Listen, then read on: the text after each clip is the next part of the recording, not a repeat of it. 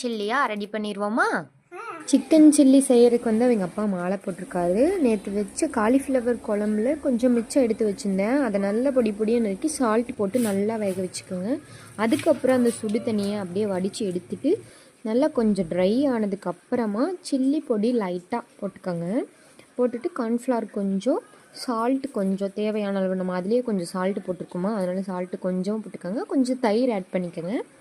அதுக்கப்புறம் லைட்டாக லெமன், ரொம்ப வேண்டாம், லைட்டாக போட்டிங்கன்னா போதும்.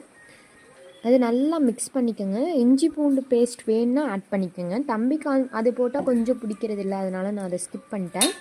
இதை ஒரு 5 மினிட்ஸ் மூடி வச்சுருங்க. அதுக்குள்ளே நம்ம கடாயில் எண்ணெய் ஊற்றி காய வச்சுக்கலாம். எண்ணெய் காஞ்சதுமே கொஞ்சம் கொஞ்சமாக எடுத்து நம்ம அந்த சில்லியை போட்டுக்கலாம். அந்த சில்லி வந்து நல்லா, அந்த பொடி வந்து எதுவுமே எண்ணெயில் பிரியவே இல்லை, எல்லாமே நல்லா வந்து